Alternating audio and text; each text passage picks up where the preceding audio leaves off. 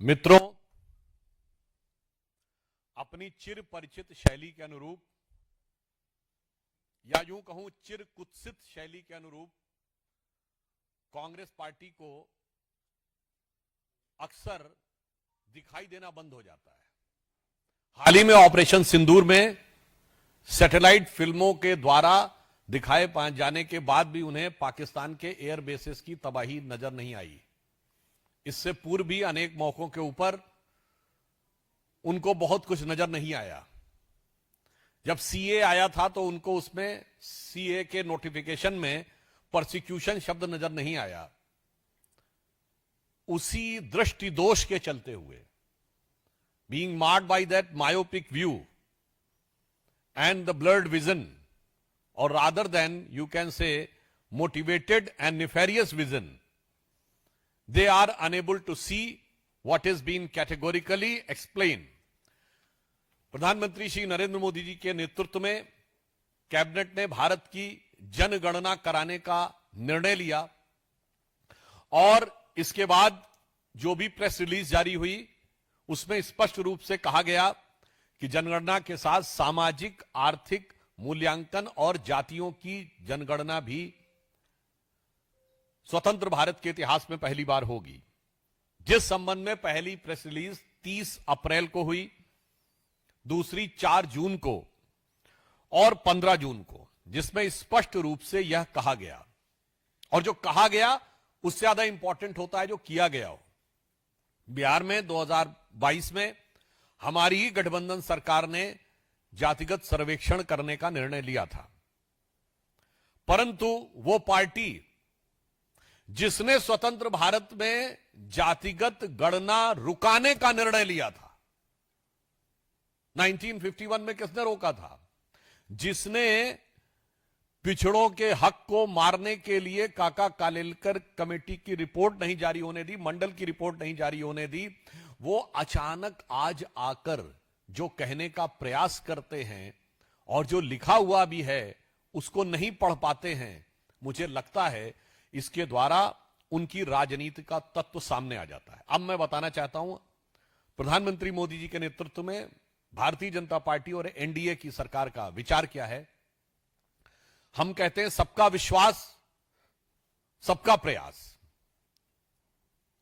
अब इसीलिए हमारी सरकार जिस विषय को लेकर सामाजिक सांस्कृतिक सर्वेक्षण, सामाजिक और आर्थिक सर्वेक्षण और जातिगत जनगणना कराना चाह रही है, उसके पीछे हमारा उद्देश्य है सभी जातियों की पहचान, सभी जातियों को सम्मान और सबसे पिछले छोर पर खड़ी हुई जातियों का उत्थान। मगर जो इंडिया गठबंधन और कांग्रेस की सोच क्या है? केवल अपने अपने परिवार का उत्थान और उसके लिए जातियों में घमासान। हमारी सोच और उनकी सोच में एक मूलभूत अंतर है। हम सभी जातियों की पहचान, उनका सम्मान और उनके उत्थान के लिए समर्पित हैं। ये अपने परिवार को सारा मिष्ठान, उसके लिए सब वर्गों में हो जाए घमासान, ये उससे ज्यादा प्रेरित है। ऑन द टेक्निकल एस्पेक्ट मैं कहना चाहूंगा, इतने लंबे समय तक सरकार में रहने के बाद कम से कम कांग्रेस पार्टी को टेक्निकल इश्यूज समझने चाहिए।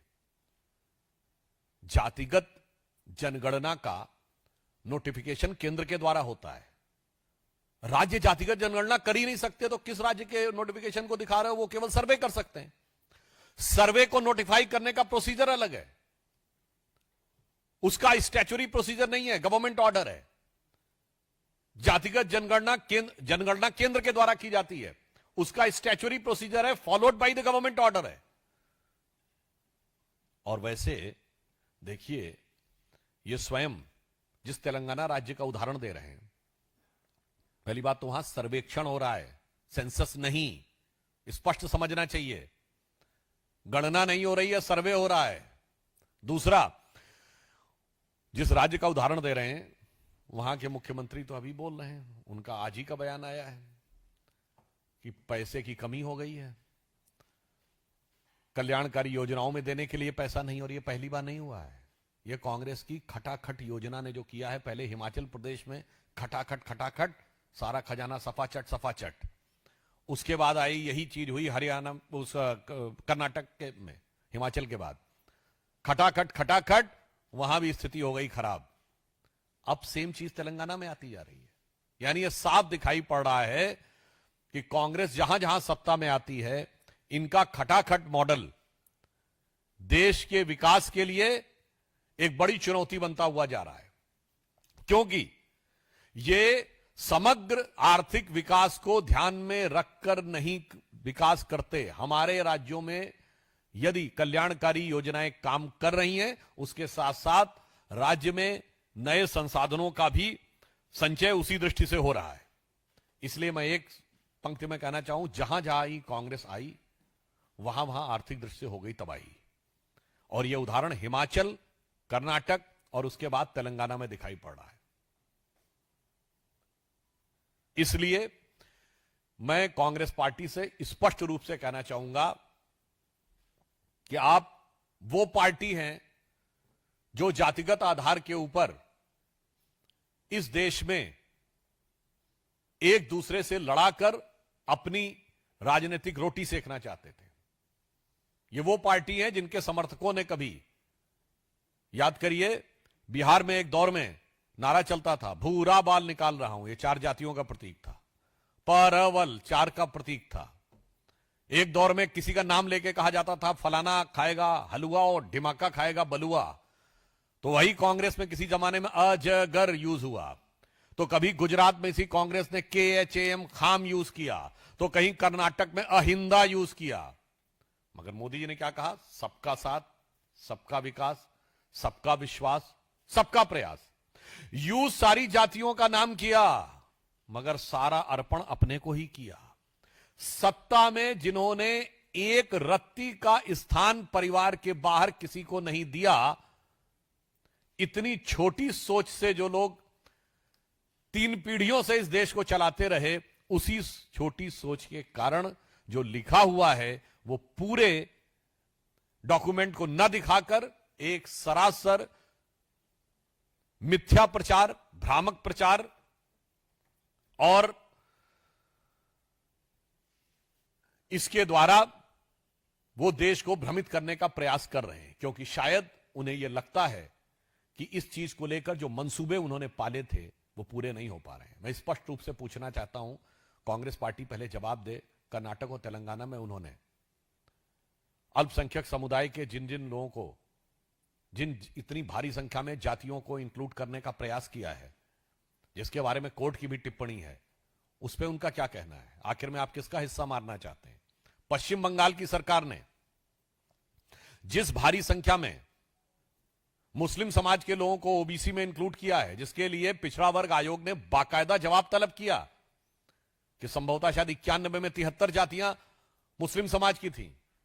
राहुल गांधी और इंडी गठबंधन वाले इस पर जवाब क्यों नहीं देते? और आपको एक बड़ा मजेदार तथ्य बताऊं कि जब ओबीसी कमीशन ने उनसे पूछा कि ये इतना कैसे हो गए, तो उन्होंने कहा कन्वर्ट होने से पहले ये इस जाति के थे तो इसमें हो गए। अब आप एक और बात सुनिए, उसमें यह भी कहा गया बंगाल में, भाई तो फिर इतनी भारी मात्रा में कन्वर्जन कैसे हो गया? तो चुप हो गए। मगर एक और मजेदार बात, अभी जो लेटेस्ट चेंज किया है पश्चिम बंगाल की कैबिनेट ने, उसने संभवतः 141 जातियों को उसमें डाल दिया है।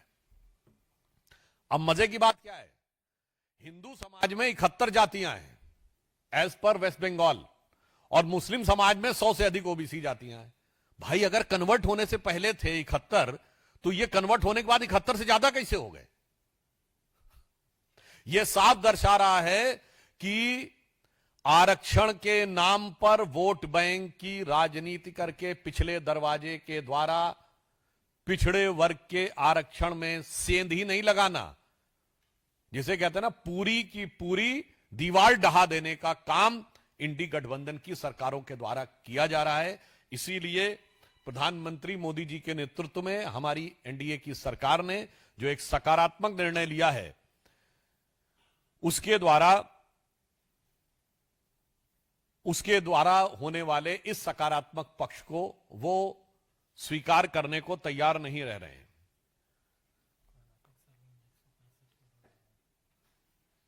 वैसे कर्नाटक में सर्वे में उन्होंने 165 करोड़ रुपए लगाए हैं और आप कह रहे हैं रीसर्वे कराएंगे। और याद करिए, कर्नाटक के डिप्टी सीएम मात्र साल भर पहले की बात है, यह भी बोल चुके थे कि सर्वे जारी नहीं होने दूंगा। यह ऑन रिकॉर्ड दिया गया बयान था, वहां खुद ही घमासान हो रहा था। तो अब पहले मैं उनसे पूछना चाहता हूं कि आपने कर्नाटक में सर्वेक्षण कराया तो पहले गलत कराया था क्या, या फिर रीसर्वे क्यों करवा रहे हैं? अब तेलंगाना में कह रहे हैं कि करवाएंगे फिर से। और तेलंगाना में जो आपने सर्वेक्षण कराया है उससे जो अनुपात निकल के आया, मैं राहुल गांधी से सीधा पूछना चाहता हूं, उस अनुपात में मंत्रिमंडल में परिवर्तन किया कि नहीं? आज सबसे ज्यादा ओबीसी मंत्री मोदी जी की सरकार में है। मैं पूछना चाहता हूं, तेलंगाना में कितने ओबीसी मंत्री हैं?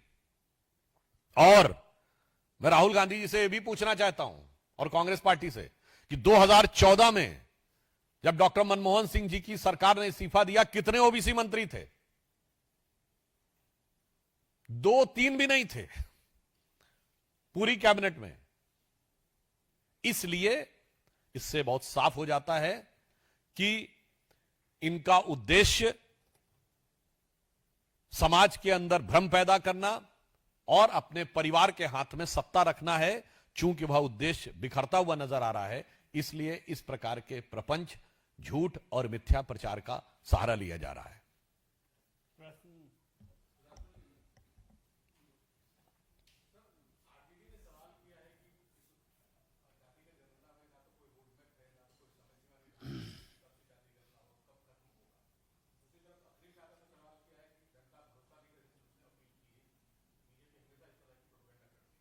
देखिए, जहां तक तिथि की बात है, स्पष्ट रूप से सरकार के द्वारा किया गया कि पहला चरण अक्टूबर 26 से होगा, दूसरा वाला चरण मार्च 27 से होगा, क्योंकि जिन राज्यों में बर्फ गिर जाती है दिसंबर के आसपास सर्दी ज्यादा पड़ती, वहां पे नहीं होगा। और जहां तक श्री लालू प्रसाद यादव जी और अखिलेश यादव जी की बात है, मैं उनसे पूछना चाहता हूं, आपने अपनी पार्टी में बाकी गणना छोड़ी, अपनी जाति की गणना बताइए। अपनी जाति में आपने अपने परिवार के अलावा किसी को सत्ता दी? जिस दिन मुख्यमंत्री का पद छोड़ने की बात आई तो लालू प्रसाद यादव जी ने क्या किया?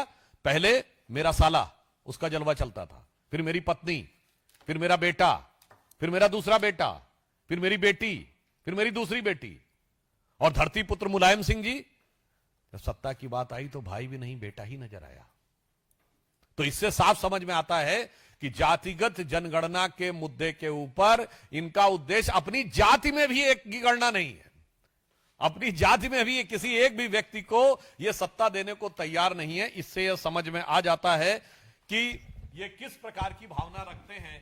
और लालू प्रसाद यादव जी का तो सबसे दुर्दांत और दुर्भाग्यपूर्ण और भर्त्सना योग्य जो चित्र आया है, उस पर सफाई देनी चाहिए कि बाबा साहब अंबेडकर की फोटो पैरों के आगे रखे हुए ये वही पार्टी है, ये कोई तो संयोग मत मानिएगा, जिसने बिहार में लंबे समय तक ग्राम पंचायत और परिषद में दलितों को आरक्षण नहीं दिया था, जिसके दौरे हुकूमत में दलितों की सबसे ज्यादा हत्याएं होती थी। ये समाजवादी पार्टी वही पार्टी है जिसके दौरे हुकूमत में दलितों का रिजर्वेशन इन प्रमोशन बैकडेट से खत्म किया गया था, यानी जो लोग प्रमोट हो गए थे उन्हें रिवर्ट कर दिया गया था। ये वही पार्टी है जिसने उत्तर प्रदेश की पहली दलित मुख्यमंत्री मायावती जी को जान से मारने की कोशिश की थी और उनके विधायकों को, अनुसूचित जाति के विधायकों को जातिवाचक शब्दों के साथ अपमानित करके पकड़ कर अपहरण किया था। यह स्टेट गेस्ट हाउस कांड 1995 में बहुजन समाज पार्टी के नेताओं के द्वारा कोर्ट में दिया गया लिखित बयान है। तो मुझे लगता है इन दोनों के बोलने पर मुझे नजर आता, सूप बोले तो बोले, चटनी भी बोले जिसमें 100 छेद। बहुत बहुत धन्यवाद। और सुजीत ठाकुर जी को भी।